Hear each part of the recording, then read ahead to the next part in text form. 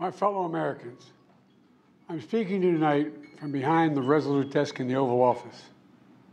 In this sacred space, I'm surrounded by portraits of extraordinary American presidents.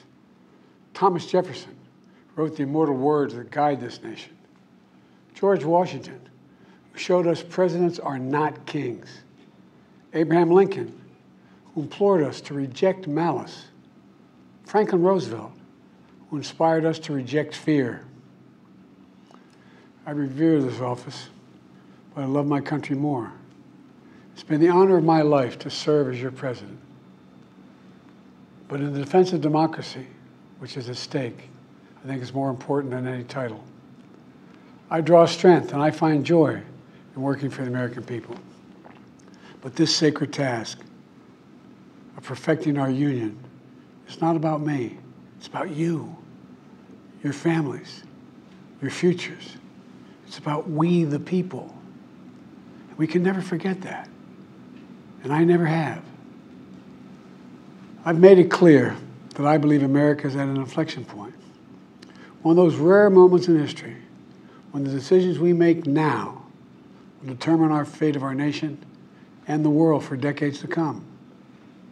America's going to have to choose between moving forward or backward, between hope and hate, between unity and division.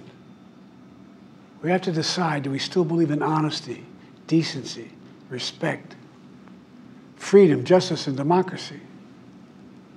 In this moment, we can see those we disagree with not as enemies, but as fellow Americans. Can we do that? Does character in public life still matter? I believe I know the answer to these questions because I know you, the American people. And I know this, we are a great nation because we are good people. When you elected me to this office, I promised to always level with you, to tell you the truth.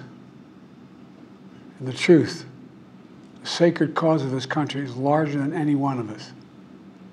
And those of us who cherish that cause, cherish it so much, a cause of American democracy itself, must unite to protect it.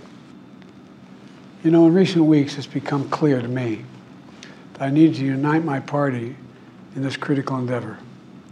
I believe my record as president, my leadership in the world, my vision for America's future, all merited a second term.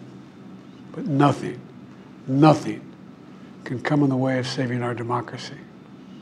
That includes personal ambition. So I've decided the best way forward is to pass the torch to a new generation. That's the best way to unite our nation. You know, there is a time and a place for long years of experience in public life. But there's also a time and a place for new voices, fresh voices, yes, younger voices. And that time and place is now. Over the next 6 months, I'll be focused on doing my job as president. That means I'll continue to lower costs for hardworking families, grow our economy. I'll keep defending our personal freedoms and our civil rights, from the right to vote to the right to choose. I'll keep calling out hate and extremism.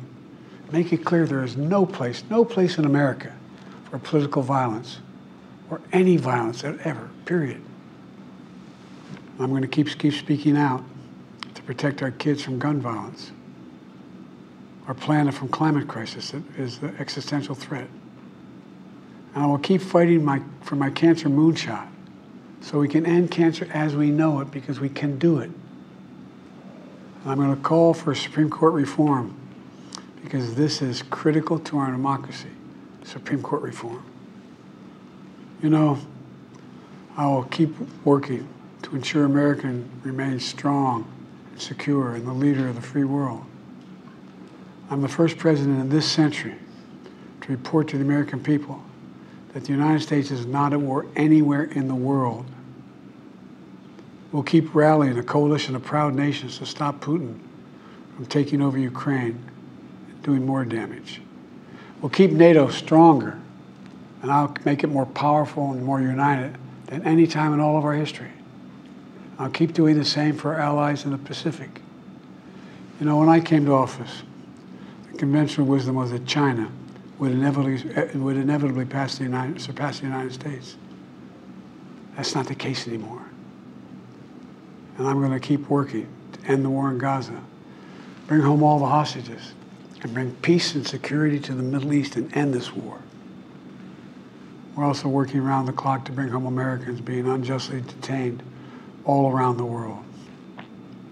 You know, we've come so far since my inauguration.